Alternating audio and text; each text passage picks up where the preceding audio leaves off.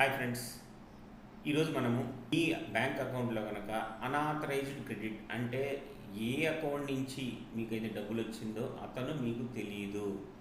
ఆ పేరు కానీ, ఆ కస్టమర్ పేరు కానీ, అకౌంట్ కానీ, కంపెనీ పేరు కానీ మీరు ఎప్పుడు వినలేరు. వాళ్ళతో మీకు ఎటువంటి రిలేషన్ లేదు. అలాంటప్పుడు మీరు ఏం చేయాలి?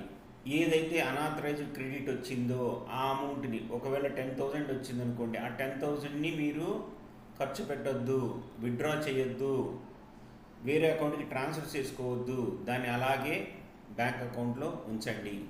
ఎమ్మటే ఇమీడియట్గా మీ బ్యాంక్ బ్రాంచ్ కాంటాక్ట్ చేయండి, కాల్ చేయండి, అవసరమైతే బ్రాంచ్ని విజిట్ చేయండి, కంప్లైంట్ రాసి ఇన్వెస్టిగేట్ చేయమని బ్యాంక్ వాళ్ళకి చెప్పండి. డాక్యుమెంట్ చేసుకోండి ఈ ప్రాసెస్ అంతా. ఆ స్క్రీన్ షాట్, అకౌంట్ స్టేట్మెంటు, మీరు బ్యాంకుకి ఇచ్చిన కంప్లైంట్ లెటరు, ఇవన్నీ మీరు డాక్యుమెంట్ చేసుకొని ఒక ఫైల్ లాగా ఉంచుకోండి. కొన్నిసార్లు ఏమవుతుందంటే మీకు కొన్ని ఫోన్ కాల్స్, మెయిల్స్ వస్తాయి, మెసేజెస్ వస్తాయి. నేను పొరపాటు క్రెడిట్ చేశానండి, నాకు రివర్స్ చేయండి, రాంగ్ క్రెడిట్, ఎక్సెస్ క్రెడిట్, ఇట్లా చెప్తూ ఉంటారు.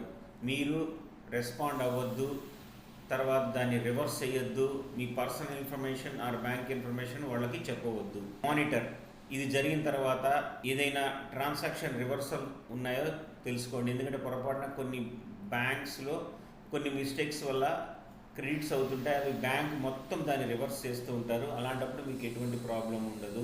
ఓకే, ఇంకేదైనా అనాథరైజ్ ట్రాన్సాక్షన్ జరిగాయా అని మీరు చూడండి.